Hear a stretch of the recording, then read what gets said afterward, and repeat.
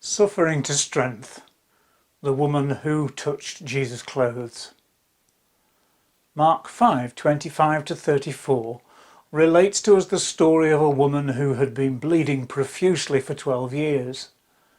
She had a problem that no one was able to help her with. Mark records it like this. She had endured much under many physicians and had spent all she had, and she was no better, but rather she grew worse. The nature of her ongoing medical condition meant that she would have been a social outcast, considered unclean by anyone aware of the law of Moses. I can't imagine how this woman felt, neither can I put myself into her shoes.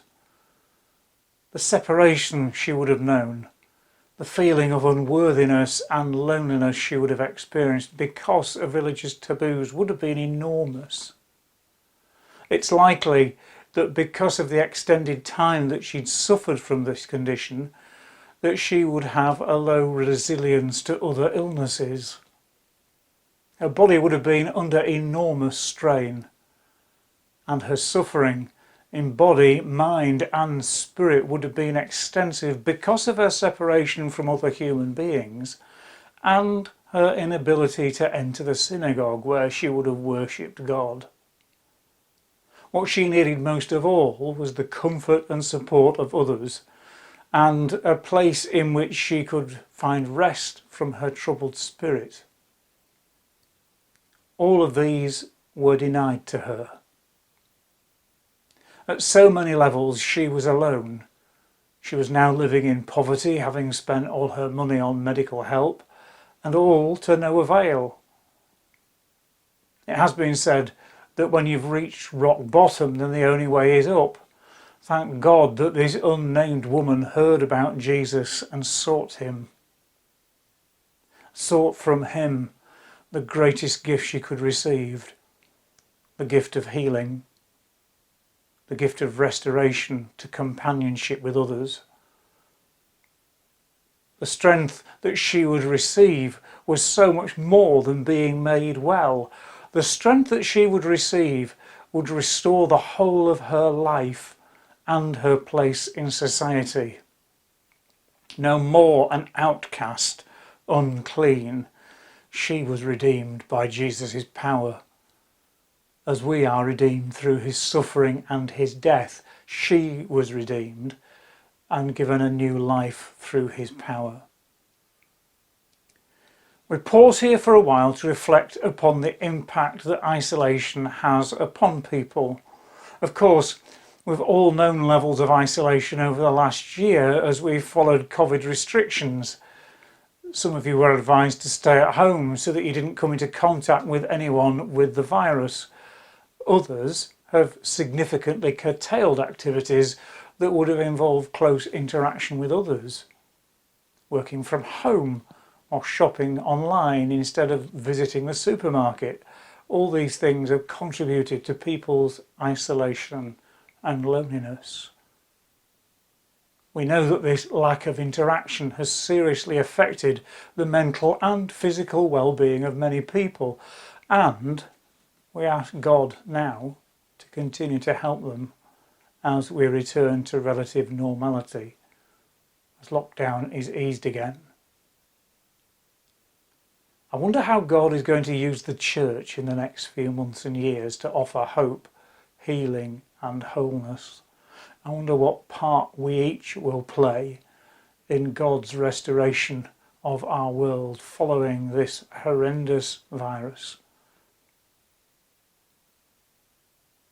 Now, into this woman's life come the stories of this teacher and preacher who has a power like no other.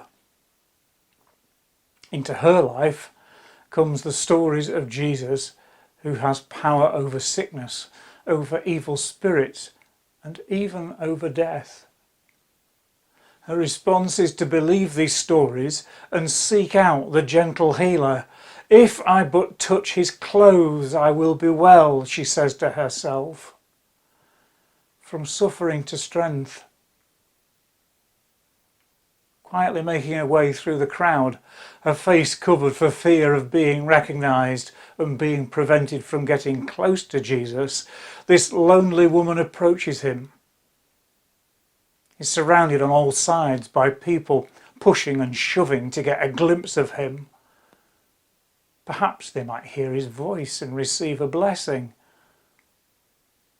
Slowly, she makes her way unseen by those around her until she is within reach, and then she touches the hem of his cloak and all the illness is gone.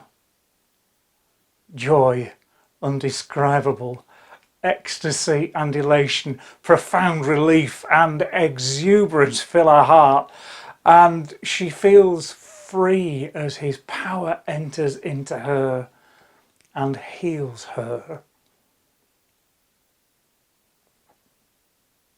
Then Jesus' voice sounds above all the noise around her. "Who touched my clothes?" he says.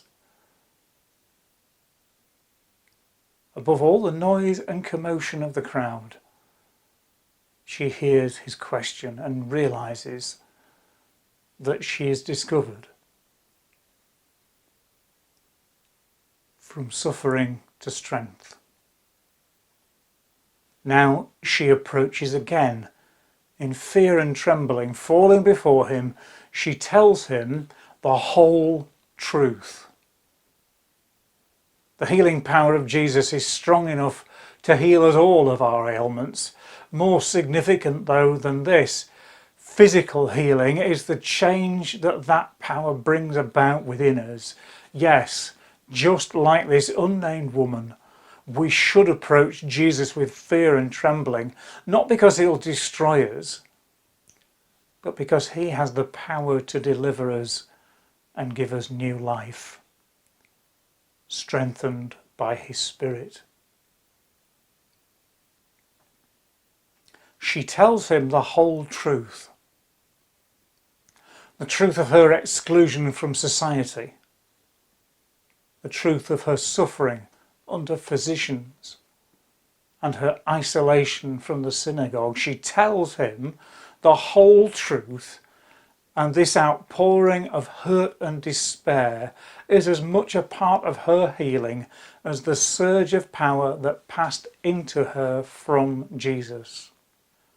To move from suffering to strength, we have to allow the power of Jesus to work in us, making our way towards Jesus in all of the busyness of the crowd that pressures around us. And when we're called to account for our actions, we have to tell Jesus the whole truth of our life. We should notice with some care that the woman had already received healing from Jesus. As soon as she touched the edge of his clothes, she was made well. All she had to do was believe. Jesus says, "Daughter, your faith has made you well. Go in peace." There is a beauty to the reality of the revelation of God's grace, that the free gift of God comes from Jesus as a result of faith in him. Truthfulness and deeper healing come as the woman opens herself up to him in truth. This woman, who had been an outcast, is now addressed by Jesus as daughter. She's adopted into his family. No more will there be days alone. But for the rest of her time, she will be a part of Jesus' eternal family. From suffering to strength, to life everlasting, and now a daughter of the King of Kings. From suffering to strength.